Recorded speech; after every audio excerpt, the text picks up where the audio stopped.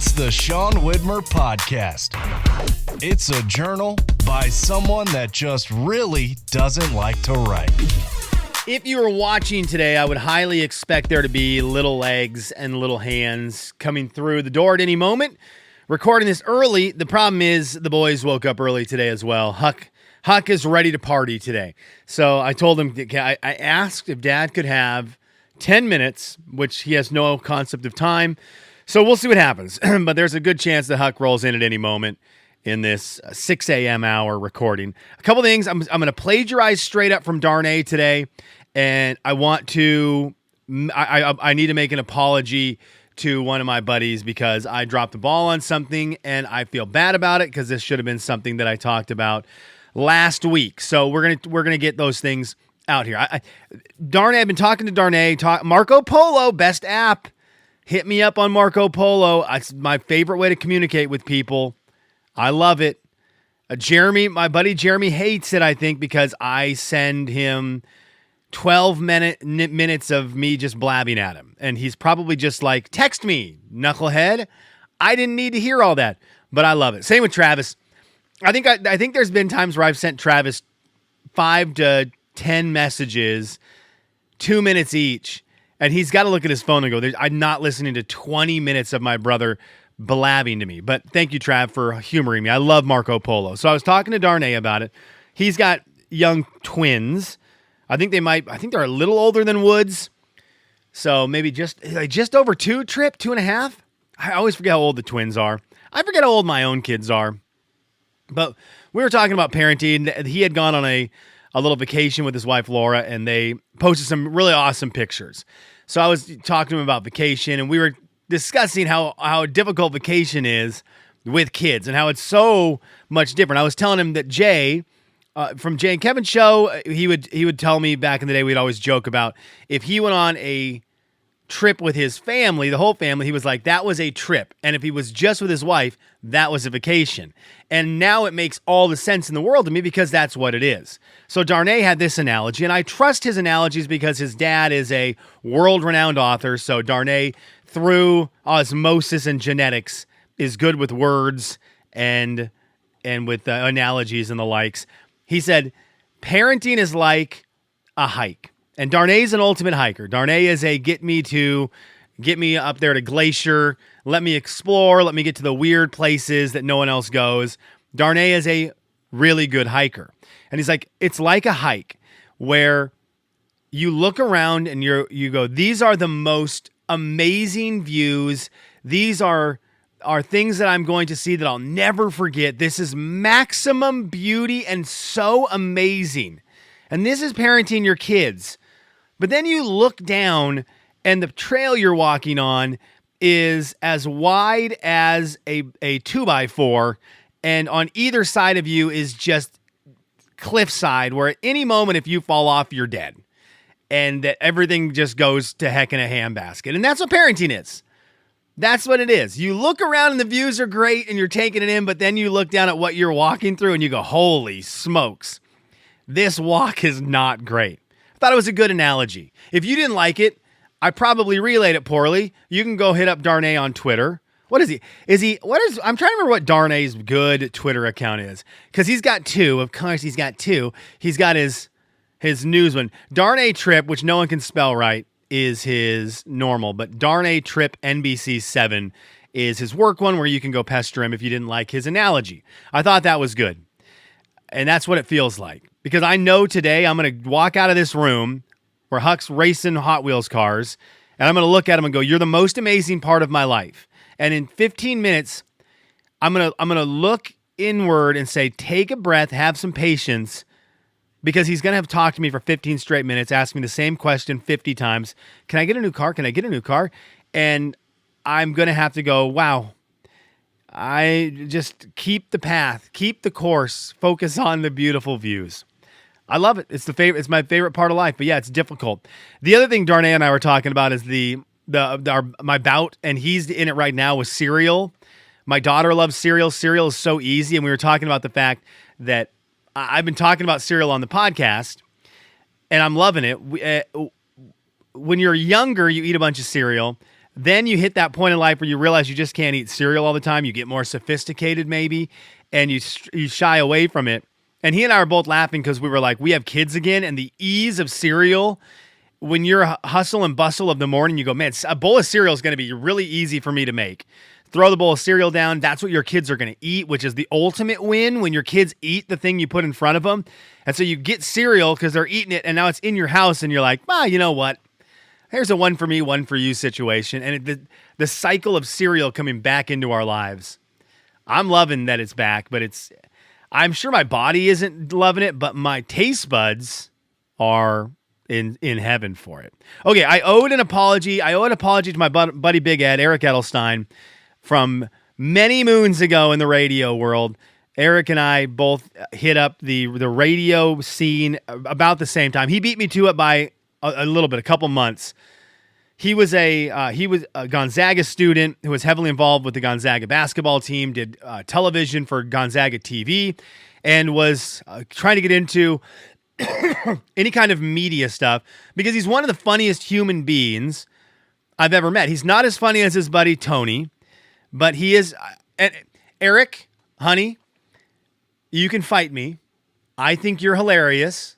I didn't say you're not. Would you agree with me that Tony is the funniest? I think we have to agree. Our buddy Tony is wildly hilarious. He's the only. At one point, he prank called. We got Jamie Foxx's number. They got Jamie Foxx's number, and they prank called Jamie Foxx, and I forget who Tony acted like, but they had Jamie Foxx believing it hook, line, and sinker, and Tony is extremely witty and hilarious. So anyways, he's a legend. But Eric, also a legend. Eric's in the radio building. I'm in the radio building. I'm trying to get in on the sports station. Eric is getting in with Jay and Kevin. So our paths are crossing, mainly because at the time, the producer for the Jay and Kevin show, Bob Castle, he also did the sports show. So Bob is heavily involved with Eric on the mornings and me in the afternoons. And we kind of connect through that. We become good friends. Then Eric ends up moving out of Spokane. So we lose him at the radio station. And he's going to LA to become a movie star. He's going to chase his dreams of becoming a movie star. And when he moved, he kept in touch a lot with Kevin and with me. And he would message us all the time on Facebook. He always messaged me on Facebook. It was always great. I think Kevin was the same, where it was a lot of Facebook.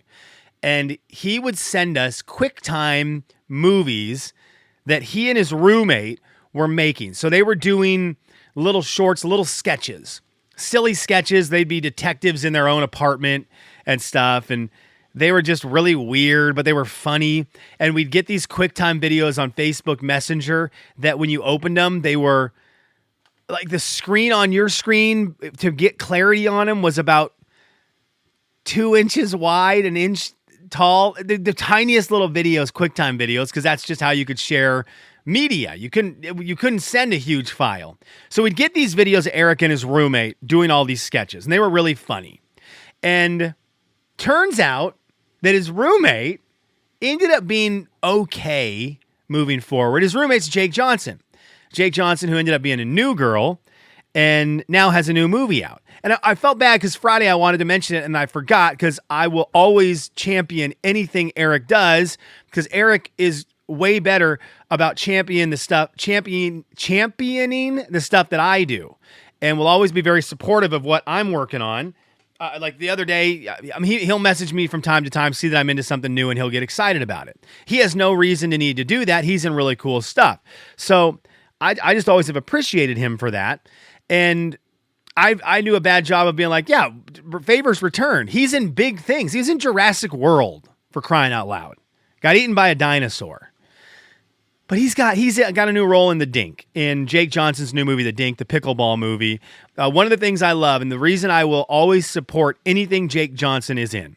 Jake Johnson cut his teeth in LA with Eric, and what I love about it is he never has forgotten Eric, and Eric has spoken so highly about Jake and has always talked well about him, even back in the day before either of them were in any movies, and they were working. Eric was working at Starbucks, and they were just trying to figure it out. and they had a waffle maker on the back of their toilet because their apartment was so small. So just wherever you can cook a waffle, you cook a waffle. But he had always said, like, Jake, if Jake's in a project, he will get Eric involved in it. So, Eric's in a couple episodes of New Girl, anything else that Jake has been in, Eric has been in, and this movie, The Dink, Eric's got a small role in it. I think it's a small cameo. I have yet to watch The Dink. I meant to watch it last weekend, Eric. I forgot. Sorry. And I'm excited to check it out.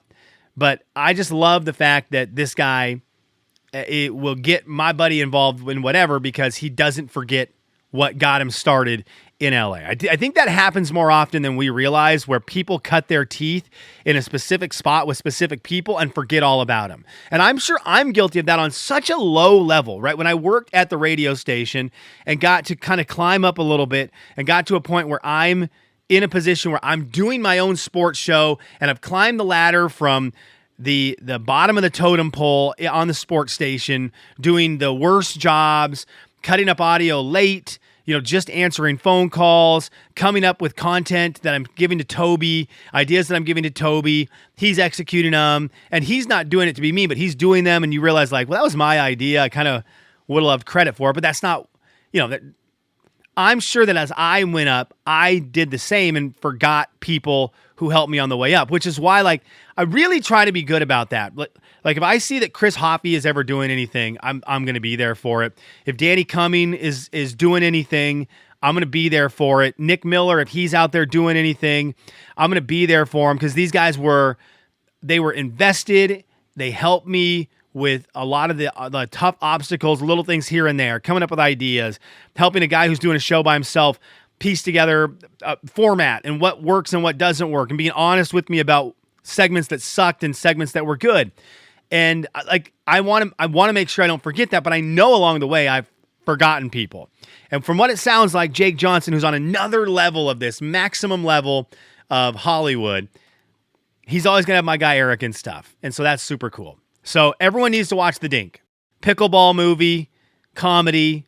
Eric's got a moment in it. I don't know how big his role is in it, but I know he's in it. And so I'm excited to see when he pops up on my screen so I can inevitably take the picture, post it on Instagram, and say everyone needs to see my buddy Big Ed on The Dink. All right, there we go. Eric, I love you, buddy. I couldn't be happier that someone has found success in something in the acting world more than Eric. One of the nicest human beings I've ever met, and someone who I'm so thankful to have gotten to be part of my life, and that I'm going to keep watching him do stuff. He's the best. All right, there we go. There's the podcast today. I got to go deal with some kids and then get ready for work. See ya.